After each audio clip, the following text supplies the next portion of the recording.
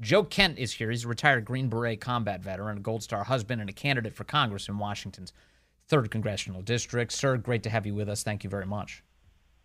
Hey, thanks so much for having me back. Those images, like I said, amazing to see the technology as Israel's able to defend itself against the missiles coming in. What did you think when you saw all of this weekend?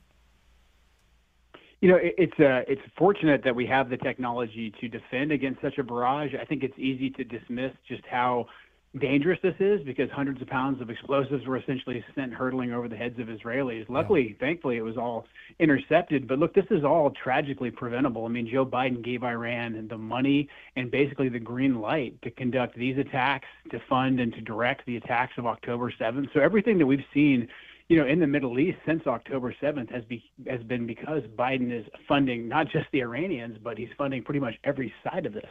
And now things are spiraling out of control, and there's potential for escalation, and there's more potential for us to get further sucked in. We've already lost, 3 soldiers in the Iraq, Syria, Jordan tri-border region, 2 Navy SEALs in the Red Sea. So the potential for escalation it's only increasing right now as things transpire. What does it tell you when an American president warns an adversary, don't do it, and then they do it anyway? What does it tell you about Iran's view towards Joe Biden and in the United States more broadly? I mean, they think that he is a fool, and they have every reason to believe that he's a fool. I mean, the Iranians respect strength. They respect power.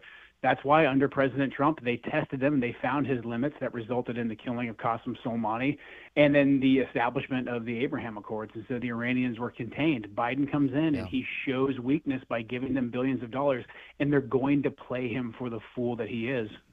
It is remarkable. You know, you had Admiral Kirby today at the White House insisting that, oh, no, we didn't give the Iranian regime any money. We just gave it to them for humanitarian purposes. And we've been watching it really closely. And I promise all that money is for humanitarian purposes. What do you make of this White House claim?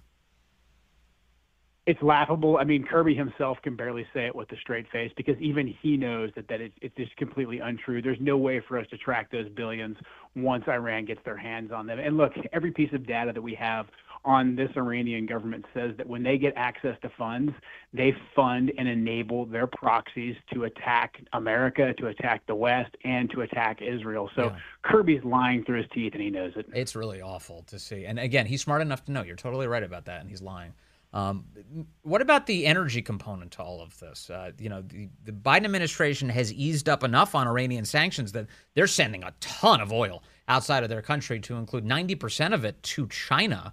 I thought we were being tough on Iran. That doesn't sound tough. That sounds like we're letting them fund their entire war machine. Yeah, 100%. I mean, we eased those sanctions, and now Iran can introduce their oil, their natural gas to the market, which gives them more money to fund their proxies. But then also, we killed off U.S. energy dominance. We killed off our own ability to cut into their bottom line. And so now we're at the mercy of some of these markets as well. I mean, just a few weeks ago, Biden was going to war with U.S. LNG. So, and LNG is exported heavily by Iran, by Qatar, and by Russia. So Biden is on every single side of this, but he's on every single side of this, and it only weakens the United States of America. Doesn't it seem like that is the one area, the one policy area where you can make a whole world of difference and actually provoke peace around the planet without losing lives in the process? If you were just to stoke and stimulate American energy production, you could go a long way towards fixing a lot of this, correct?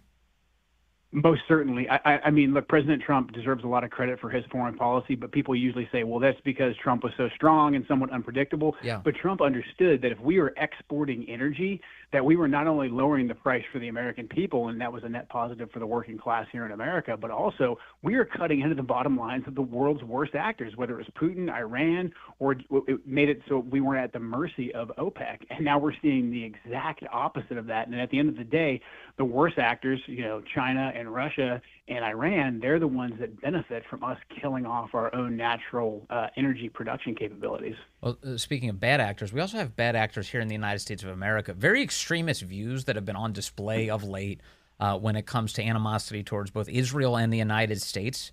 So, for instance, today we're seeing a tremendous amount of traffic blockages being done by the anti-Israel left all across the country. But that pales in comparison even to the calls for death to America and death to Israel that we've been hearing out of their mouths, including today some of the protesters, some of these people who are out in the streets screaming "Death to America." That's an extremist view if I've ever heard one. And also in Chicago over the weekend, activists being trained in how to say "Death to America" in Farsi. The same is true in Dearborn, Michigan, where people were chanting that very thing. And then a woman was just arrested in California this past week for going to a city council meeting and threatening to murder the entire city council, saying that the guillotines are coming for them and they're going to go to their homes and murder them. She's been charged with making terroristic threats. Joe Kent, how concerned are you about all of this extremism on display? And have you seen the Biden administration demonstrate any willingness to go after it? No, you can tell that the Biden and Democrats at large, they are having a really hard time right now because this is their base. This is their activist base. These exact same people that are out there right now claiming they care so deeply, about Gaza and about Israel. They're the same people that were, burning down cities in the summer of 2020 under the guise of BLM and Antifa and these sorts of things. These people are fundamentally at war with law and order and really with just our basic system, whether it's the nuclear family or whether it is the United States of America and Western culture writ large. The Democrats welcomed these people into their coalition to win elections in 2020, and now they are seeing a massive fracturing of their coalition, but they are still very gun-shy about condemning them or cracking down on them when they go out and block off highways or riot or threaten people. But the supporters of the nuclear family and the basic system, as you just said, are the ones who are being billed as extremists by the Biden administration. They've assigned the FBI to examine school board meetings and write down license plates. They've said that the American military is full of all sorts of extremists who might have questions about the integrity of our elections. They issued a national stand-down order for the military so they could be briefed on all of their extremism. I haven't heard any similar language about all of these crazy lefties screaming death to America.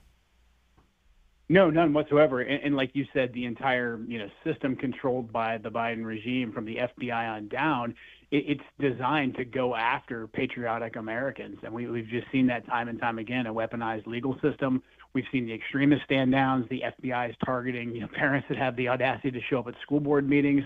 And they're not going after these people who are, blocking off highways and causing civil disobedience. That combined with our wide open southern border, that civil disruptions, and then the wide open southern border make us a very, very juicy target for all of our adversaries to exploit. So we're in very dangerous times, especially heading into a summer heading up to the election.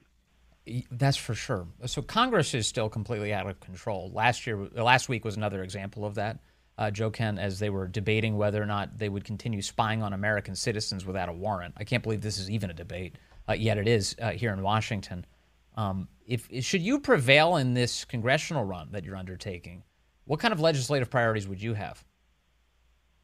Well, number one is the border. We can't have a wide open southern border and have a country, so we've got to get tough, seal that off. Mass deportations. We've got to get U.S. energy back online so we can start lowering the cost of living for Americans to bring down inflation, and then stop the out of control spending. Look, we're almost $35 trillion in debt. We are basically destroying the dollar and destroying the futures for our children. But then, basic civil liberties. We can't have the government spying on us about a warrant. We need significant reforms with the FBI and basically our two-tiered justice system that needs to be brought to heel. And we need to stop attempting to go to a new war every single 5 minutes. I mean, Biden's trying to get us involved in conflicts, whether it's in the Middle East or whether it's in Europe. We need to get those under control, really start to put our country's sovereignty and security first. And that comes with a big push to get our energy going, and that decreases the likeliness that we'll be in those wars, correct? 100%. I mean, that seems like it's a huge deal.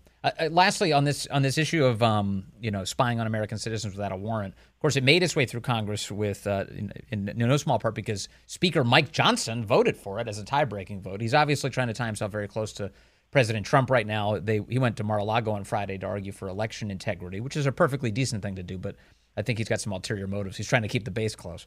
What do you make of his tenure so far? He seemed like a nice guy prior to the job. Is he strong enough to do it well? He needs some backup. Our margin's way too tight right now. We need more conservatives that are going to go in there and actually fight for all the things that we just discussed. Right now, he's having to cut deals with the Democrats. I disagree. I think we should be using the little bit of leverage that we have to get the border shut down, to get the budget under control. And look, at the end of the day, I want him to do well, but there's no excuse for voting to give the government the ability to violate our basic civil liberties. No, I totally agree with you. All right, Joe Kent, please Good luck in your congressional run, and you're always welcome here. We're really grateful for your time today, sir. Thank you very much. Thank you so much. Thanks for having me. Joe Kent, great story. This guy, he's a Green Beret, combat veteran, Gold Star husband.